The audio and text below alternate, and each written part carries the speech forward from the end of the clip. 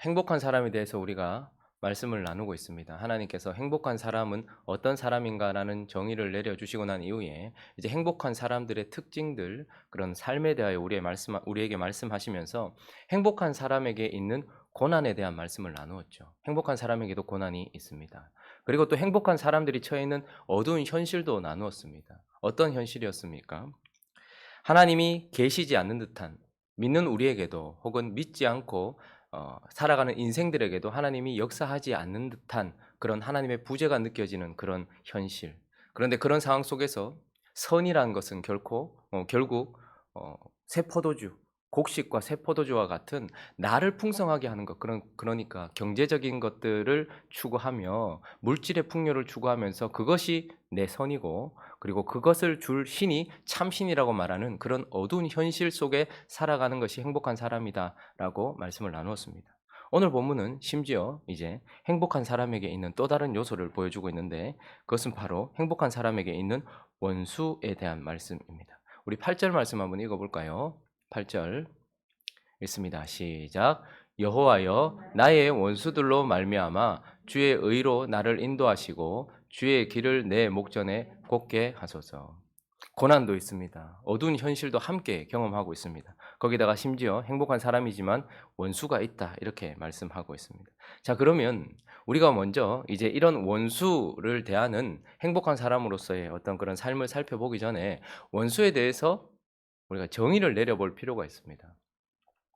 성경은 무엇을 원수라고 말하는가? 원수는 우리가 방금 읽었던 것처럼 나를 괴롭게 하는 나의 원수를, 나를 힘들게 만드는 사람을 대적 원수라고 하죠. 그러나 다윗이나 성경에 있는 모든 기자들이 원수를 지칭할 때는 항상 나를 괴롭게 하는 것만 가지고서 저가 나의 원수다라고 말하지 않고 10절 말씀에 있는 요소가 분명히 들어가야 됩니다. 자, 10절 한번 읽어볼까요? 시작. 하나님이여 그들을 정죄하사 자기 꾀에 빠지게 하시고 그 많은 허물로 말미암아 그들을 쫓아내셔서 그들이 주를 배역함이니. 그러니 원수란 나를 괴롭게 하는 자이기도 하면서 주를 배역하는 자를 원수라고 하는 것입니다. 우리가 누구를 원수처럼 여길 때에는 나를 괴롭게 하기 때문만이 아니라 그가 분명히 주를 배역하고 있는 자, 주님의 원수이면서 나를 괴롭게 하는 자가 바로 원수다, 이렇게 말씀하고 있는 것입니다. 그래서 이런 자의 특징을 우리가 5절에서 살펴볼 수 있는데, 원수는 주를 배역하는 자로서 결국 어떤 자라고 말하고 있습니까? 오만한 자, 그가 바로 나의 원수다라고 다윗은 고백하고 있는 것입니다. 행복한 사람은 그렇게 고백하는 것입니다.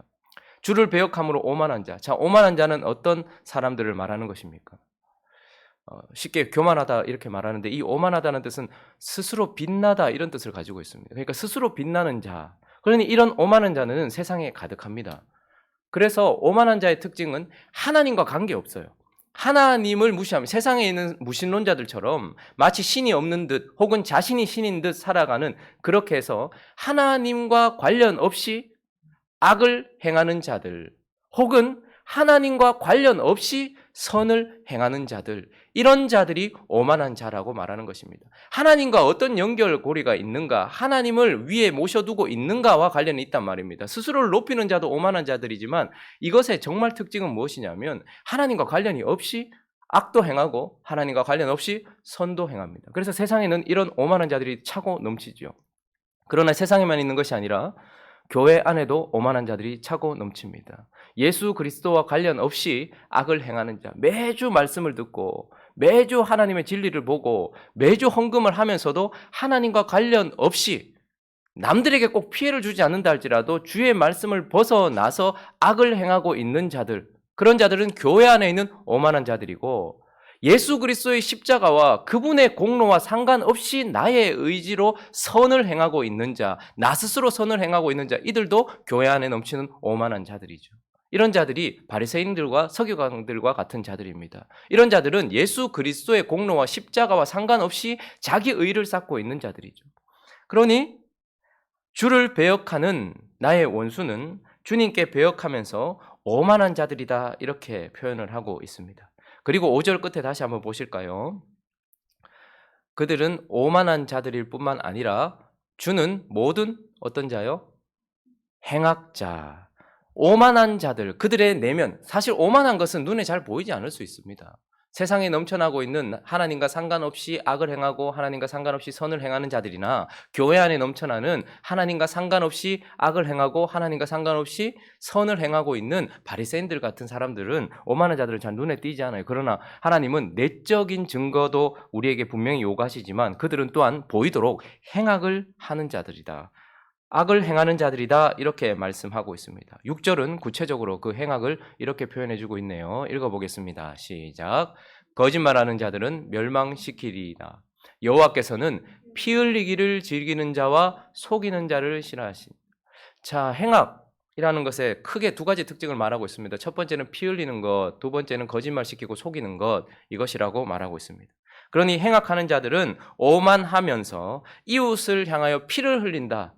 결국 쉽게 말하면 살인이라는 것입니다. 이 살인은 꼭 죽이는 것만이 아니라 미워하고, 그죠? 괴롭히고, 이 모든 것까지 다 포함되는 것이죠. 그러니까 이웃에게 살인을 저지르고 미워하는 것뿐만 아니라 이웃에게 거짓말을 하는 자, 그리고 남들에게 거짓말을 하는 자들, 이런 자들이 행악자들이라고 말하고 있고, 이 행악은 이웃에게 행하고 있지만 고스란히 동시에 하나님께도 행하게 되는 것입니다. 여러분, 살인이라는 것이 왜 무서운 죄입니까? 물론 다른 이의 생명을 뺐기 때문입니다. 그러나 이 행위는 하나님의 형상을 파괴하는 행위이기 때문에 그렇습니다. 예전에 제가 연애할 때 아내하고 어디였는지 제가 확실히 기억이 안 나는데, 제가 뭐 가봐도 잘 기억을 잘 못하니까요. 근데 그곳이 이게 유서 깊은 곳이었어요. 그러니까 불교의 유서 깊은 곳이었어요. 근데 이제 보통 우리가 그런 데 가면 그 사진 찍잖아요, 막. 그러니까 제가 이제 제 아내에게 그 포즈 취하고 뭐 이렇게, 예를 들면 뭐 부처님 이런 상이 있겠죠. 그런데 이제 거기다 이렇게 뭐 이렇게 막 이런 식으로 해서 사진을 찍고 있는데, 거기서 이렇게 뭐 이렇게 하시던 분이 화를 확 내시는 거예요, 저희한테. 처음 보는 우리한테. 뭐 하는 거냐고. 그러니까 본인이 섬기고 있는 신에 대한 모독이라고 느꼈겠죠. 어 자신들의 신의 형상을 함부로 대하는 것은 참으로 악한 거잖아요, 그들 편에서 봤을 때. 근데 하나님은 자신의 형상을 절대 두지 말라고 하셨고, 오직 하나님의 형상은 사람이라고 하십니다. 그러니 우리가 하나님의 형상된 사람을 공격하고 살인하는 것은 그 이웃에게 대한 죄이기도 하지만 하나님을 향한 직격탄인 것입니다. 하나님을 향한 직격탄으로 하나님께 죄를 범하고 있는 것이죠. 그것이 행악인 것이고, 그리고 우리는 살인은 큰 죄라고 생각하는데 거짓말은 별로 큰 죄라고 생각하지 않습니다. 그런데 거짓말이 정말 큰 죄악입니다. 왜 그렇습니까? 하나님의 형상, 그러니까 살인은 하나님, 보이지 않는 하나님을 보게 하는 하나님의 형상을 파괴하는 아버지를 향한 공격이라면, 거짓말은 그의 아들, 진리이신 예수 그리스도를 향한 공격이라는 말입니다. 우리는 거짓말을 밥 먹듯이 하니까, 너무 쉽게 하니까 선의의 거짓말, 백색 거짓말 이렇게 생각하지만, 그 순간 우리는 진리를 파괴하는 것이고 예수를 공격하는 것입니다. 그러니 거짓말하는 자들은 가짜인 거예요. 뭐 그걸 통해서 전도를 하고 그걸 통해서 뭘 한다고 해도 거짓말은 진리이신 그분을 향한 공격이라는 말입니다. 그러니 대적이라고, 원수라고 한다면 나를 괴롭게 하는 자이며 주를 배역하는 자이고 오만한 자이고 행악자다. 그래서 이런 원수들이 지금 행복한 사람에게 있다라고 말씀하시고 있고, 이제 이런 원수들 앞에서 우리가 어떤 행동, 어떻게 살아야 되는가를 몇 가지 교훈으로 살펴보도록 하겠습니다. 그 첫 번째는 그 원수들을 하나님께 맡겨야 된다. 원수를 하나님께 맡겨야 된다. 여러분, 좀 이런 말들은 좀 답답하지 않습니까? 원수를 좀 갈아 마셨으면 좋겠고 확 찢었으면 좋겠는데 원수를 하나님께 맡겨야 된다. 그러나 시편 5편 1편과 1절과 2절을 한번 읽어보겠습니다. 읽어봅니다. 시작. 여호와여, 나의 말에 귀를 기울이사 나의 심정을 헤아려 주소서. 나의 왕, 나의 하나님이여, 내가 부르짖는 소리를 들으소서. 내가 주께 기도하나이다. 3절도 읽어보겠습니다. 여호와여, 아침에 주께서 나의 소리를 들으시리니 아침에 내가 주께 기도하고 바라리. 아침에 눈 뜨자마자 생각나는 대적, 그 원수. 그러나 그 아침에 그가 지금 무엇을 하고 있습니까? 무슨 말을 하기 전에 먼저 여호와여라고 자기 자신의 정체성, 그리고 2절도 나의 왕 나의 하나님이요. 그러니까 하나님께 맡긴다라고 하는 이 다윗이 지금 자신을 나는 하나님과의 언약 관계 속에 있는 여호와의 사람이며 하나님이 나의 왕이신 자다라고 스스로를 인식하면서, 우리가 단순히 주님은 나의 왕입니다, 당신의 이름은 내게 여호와입니다라고 말하는 것은 그분에게 나의 전부를 맡겼다라는 뜻입니다. 그러니 그분이 하실 영역이 있고 그분이 하신다 하는 것은 내가 손대지 않는 것, 그것이 바로 우리가 해야 할 일이기도 한 것입니다. 로마서 12장 19절은 이렇게 말씀해 주고 있습니다. 한번 읽어볼까요? 읽습니다. 시작. 내 사랑하는 자들아, 너희가 친히 원수를 갚지 말고 하나님의 진노하심에 맡기라. 기록되었으되 원수 갚는 것이 내게 있으니 내가 갚으리라고 주께서 말씀합니다. 사랑은 우리가 해야 될 덕목이지만, 그러나 원수 갚는 것은 내 왕이 하시겠다고 늘 말씀하십니다. 여호와께서 하시겠다고 말씀하시는 영역이란 말입니다. 그래서 주께 맡긴다는 것은 내 영역이 아닌 부분을 하나님께 올려드리는 것, 이것이 바로 주께 맡기는 것이고, 그러나 여기서만 끝나는 것이 아니라 7절은 이렇게 말씀하고 있습니다. 그 원수를 나의 왕이 하시겠다고 하는 그 영역이므로 하나님께 맡길 뿐만 아니라 7절 읽어봅니다. 시작. 오직 나는 주의 풍성한 사랑을 힘입어 주의 집에 들어가 주를 경외함으로 성전을 향하여 예배하리이다. 예배하리. 성전을 향하여라는 말은 내 왕을 향하여 이런 뜻이죠. 하나님의 임재니까요. 예수 그리스도를 향하여, 하나님을 향하여 내가 예배하겠다, 이렇게 말씀하고 있습니다.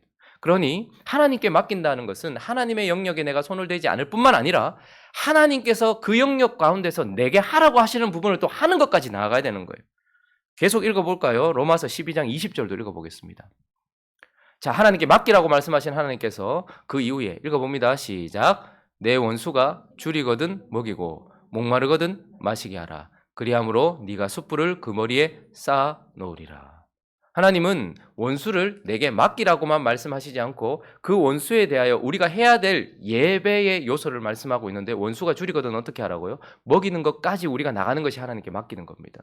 목마르거든 마시게 하는 것까지 나가야 되는 것입니다. 그리함으로 네가 숯불을 그 머리에 쌓아 놓으리라, 이렇게 말씀하고 있습니다. 지금 저 말씀은 신약에서 갑자기 바울이 이야기하는 것이 아니라, 은혜 많이 받은 바울이 말하는 것이 아니라 이미 구약 성경에 하나님께서 우리에게 말씀하셨어요. 잠언 25장 21절 22절에 나오고 있죠. 읽어보겠습니다. 시작. 네 원수가 배고파 하거든 음식을 먹이고 목말라 하거든 물을 마시게 하라. 그리하는 것은 핀 숯을 그의 머리에 놓는 것과 일반이요 여호와께서 내게 갚아 주시리라.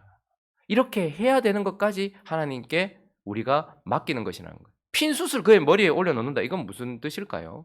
많은 학자들이 좀 의견이 분분합니다. 그래서 하나님의 진노를 그에 쏟아 놓을 수 있도록 하나님의 진노를 쌓는 거다, 이렇게 말하는 사람도 있는데, 저 말씀이 벌써 잠언에서부터 나왔으니까 구약의 오래된 전통들, 그리고 잠언은 지혜서니까요, 우리가 좀 알아들을 수 있는 어떤 그런 비유들을 통해서 말씀하셨을 것입니다. 가장 유력한 그 견해 중에 하나는, 그 당시에 유대인들은 불을 사용할 때 우리처럼 지금 뭐 가스레인지를 켜거나 뭐 한다고 바로 불이 켜지는 게 아니지 않습니까? 언제나 밤이 되면 거의 겨울과 같은 그런 시간이니까 불을 꺼트리면 안 되는 것이죠. 그런데 어떤 집이 만약에 불을 꺼트려요. 불이 소중하거든요. 불씨를 꺼트리는 것은 그냥 엄청난 큰 실수죠. 그런데 불을 꺼트린 자들이 어떻게 해야 됩니까? 그 불을 다시 누군가에게 받아와야 되는 거예요. 그러면 자기가 불을 꺼트린 자라는 것과, 그리고 누군가가 내 이웃이 내게 불을 줬다라는 것을 의미하듯이 이렇게 이마 위로 그 불을 이렇게 올리고 가는 것이 전통이었습니다. 유대인들의 전통. 그러니까 이것은 한편으로는 내가 불을 꺼트린 자다라는 것을 드러내고, 또 한편으로는 내가 이웃에게 은혜를 입었다라는 것을 드러내는 표현이겠죠. 그러냐, 우리가 만약에 저 말씀대로라면 우리가 원수에게 하나님께서 하라고 하는 예배까지 드리게 된다면 그 원수는 부끄러움을 느끼게 될 것이고, 또한 우리는 무엇입니까? 그에게 하나님이 하라 하신 예배를 드렸다라는 증거가 되어지는 것입니다. 그렇게 해서 하나님은 우리에게 원수에 대하여서는 하나님의 영역이니 하나님께 맡기고, 그러나 하나님께 맡긴 그곳에서 맡겼다면 하나님이 말씀하시는 부분, 그가 목마르거든 마시게 하고 그가 배고프면 먹이게 하는 것을 통하여서, 먹이줌으로 통하여서 하나님께 온전히 맡기라라고 말씀하였고, 다윗이 실제로 그렇게 했다는 것을 우리는 보게 됩니다. 우리 사무엘상 24장 한번 가볼까요? 16절부터 우리 한번 천천히 한번 읽어보겠습니다. 이 장면은 다윗이 이제 그의 대적 사울을 죽이지 않고 살려준 이후에 사울이 하는 고백입니다. 자, 읽어보겠습니다. 시작. 다윗이 사울에게 이같이 말하기를 마침에 사울이 이르되 내 아들 다윗아 이것이 내 목소리냐 하고 소리를 높여 울며 다윗에게 이르되 나는 너를 학대하되 너는 나를 선대하니 너는 나보다 의롭도다. 네가 나 선대한 것을 오늘 나타내나니 여호와께서 나를 내 손에 넘기셨으나 네가 나를 죽이지 아니하였도다. 사람이 그의 원수를 만나면 그를 평안히 가게 하겠느냐? 내가 오늘 내게 행한 일로 말미암아 여호와께서 내게 선으로 갚으시기를 원하노라. 보라, 나는 내가 반드시 왕이 될 것을 알고 이스라엘 나라가 내 손에 견고히 설 것을 아노니 그런즉 너는 내 후손을 끊지 아니하며 내 아버지의 집에서 내 이름을 멸하지 아니할 것을 이제 여호와의 이름으로 내게 맹세하라 하니라. 보이십니까? 수풀을 그 머리 위에 얹어두고 있는 다윗의 예배. 다윗은 이 사울을 죽이고 살리고 하는 것은 내 왕의 영역이고 여호와의 영역이고 그리고 내가 해야 될 부분은 그에게 선을 베푸는 것 이것까지 드렸더니 사울이 스스로 저 순간 잠깐이긴 하지만 스스로 회개하고 부끄러워하였고 다윗에 대하여서 네가 의롭다라고 고백하는 것을 보게 되는 것입니다. 우리 삶 가운데도 원수들이 참 많이 있죠. 단순히 나를 괴롭힌다고 어휴 저 원수 그게 아니라 하나님에 대하여 대적하고 있으며 오만하며 행악을 저지르는 우리의 원수들이 있습니다. 그러나 그들이 누구든지 간에 그게 나보다 아래에 있는 사람이든 그게 나보다 위에 있는 사람이든 그게 내 옆에 있는 사람이든 상관없이 손대는 것은 우리의 영역이 아닌 것입니다. 그리고 우리는 반드시 그들에게 선을 베풀어야 된다라는 것이죠. 그러니 사실 이런 말씀들은 받기가 쉬운 말씀이 아닙니다. 그러나 하나님은 우리에게 원수를 하나님께 맡기라라고 말씀하고 있습니다. 자, 두 번째, 그렇게 맡긴 우리의 삶에는 그러면 여전히 원수가 남아있겠네요. 그죠? 하나님이 손대시지 않는 한 그렇게 남아있겠네요. 두 번째, 우리의 교훈은 그런 원수를 두려워하지 말아야 한다라는 것입니다. 우리가 사실 손대는 이유는 두렵기 때문이기도 하고 괴롭기 때문이기도 하고 힘들기 때문이기도 할 거예요. 그러나 하나님은 손대지 말라고 말씀하시고 그리고 두려워하지도 말라라고 말씀하고 있습니다. 자, 11절 12절 읽어볼까요? 읽습니다. 시작. 그러나 주께 피하는 주의 보호로 말미암아 영원히 기뻐 외치고 주의 이름을 사랑하는 자들은 주를 즐거워하리이다. 여호와여 주는 의인에게 복을 주시고 방패로함 같이 은혜로 그를 호위하시리이다. 그렇게 원수를 하나님께 맡긴 자는 또한 분명히 이렇게 고백하고 있습니다. 주께 피하는 모든 자들. 그냥 피하는 게 아니에요. 주께 피하는 모든 사람은 다 기뻐할 것이다.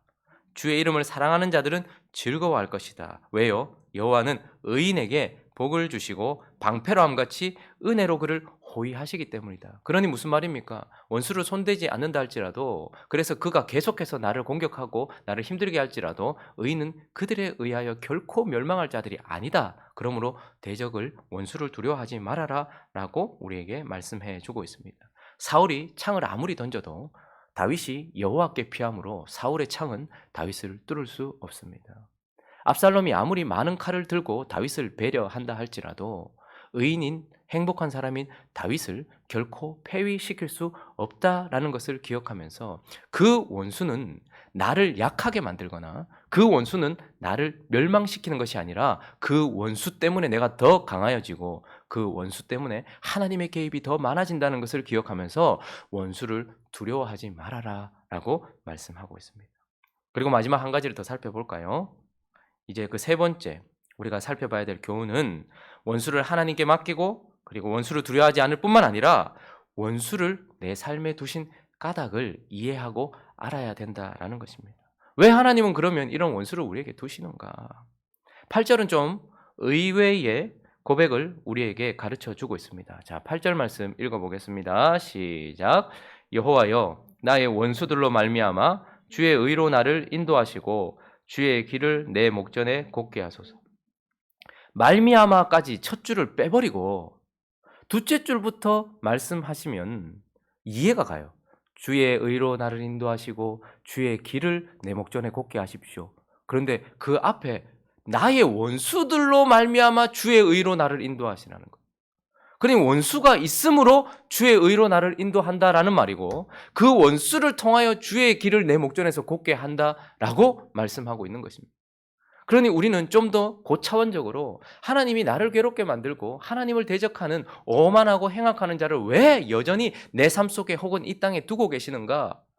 그것은 하나님이 우리를 의의 길로 인도하시는 도구요, 방법이라는 겁니다.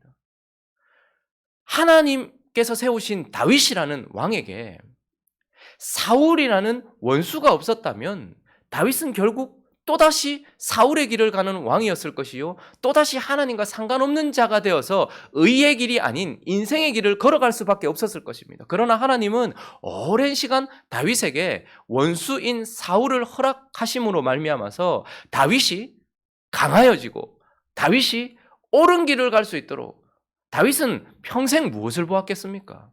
의의 길이 아닌 자기가 결코 걸어가지 말아야 될 길을 걸어가고 있는 사울을 보면서 옳은 길이 무엇인지를 보게 되었고, 옳은 길을 가지 않으면 오게 될 그 보응들을 보면서 힘을 다해서 주의 길을 걸어가기 위하여 애썼을 것입니다. 그러니 그에게 사울을 두신 이유는 하나님께서 말씀하시는 의의 길을 걸어갈 수 있도록 하시는 하나님의 방법이었다라는 것입니다. 뿐만 아니라 그 원수들 때문에 주의 길로 내 목전을 곱게 하라고 말합니다. 예수 그리스도에게 있었던 그 원수들로 말미암아서, 사실 가만히 보십시오.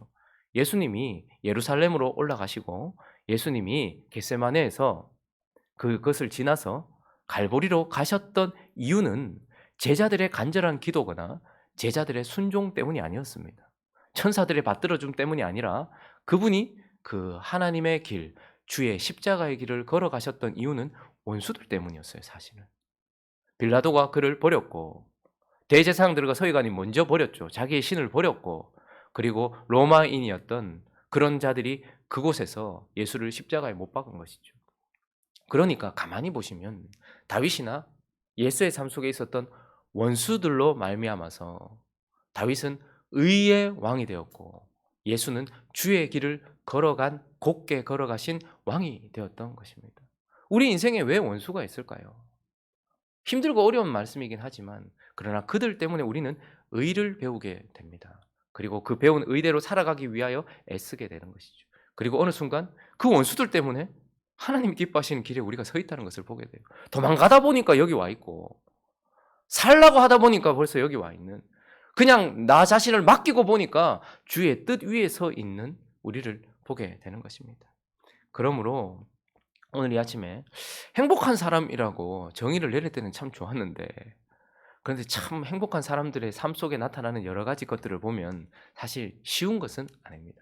그러나 장차 있을 영광에 비하면 아무것도 아닌 것이라는 걸 좀 기억할 필요가 있습니다. 행복한 사람인 우리에게 고난이 있습니까? 아이러니하게도 고난이 있다는 것이 우리가 행복한 사람들의 증거입니다. 행복한 사람인 우리가 살아가는 현실이 어둡습니까? 아이러니하게도 그렇다면 우리가 행복한 사람인 것입니다. 그게 밝게 느껴지는 현실이라면 우리는 행복한 사람이 아니라는 거예요. 그 현실이 어둡다라고 한다면 우리가 행복한 사람들이라는 증거입니다. 우리 삶에 원수가 있습니까? 행복한 사람이라는 증거입니다. 그러면 행복한 사람은 무엇입니까? 그런 고난과 어두운 현실과 원수들 앞에서 다윗이 걸어갔던 길을 걸어가고 있다면, 그리고 예수께서 걸어가신 길을 걸어가고 있다면 우리는 행복한 사람이라는 것을 기억하면서 행복한 사람답게 살아가는 저와 여러분 되시기를 예수 그리스도의 이름으로 축원합니다. 같이 한번 기도하겠습니다. 세상이 말하는 행복과 하나님이 말씀하시는 행복은 참 많이 다르죠. 개념을 바꿔야 합니다. 세상이 말하는 행복은 고난도 없고 현실이 밝고 원수를 제거할 때 찾아오지만, 하나님이 말씀하시는 행복은 고난 가운데서, 어두운 현실 가운데서 원수들 앞에서 그리스도인답게 살아가는 것이라는 것을 말씀하고 있습니다. 그런 개념부터 바꾸고, 그리고 그런 행복을 누리는 우리가 될 수 있게 달라고, 또 각자의 기도 제목들을 가지고 함께 기도하며 나아갑니다. 기도하겠습니다.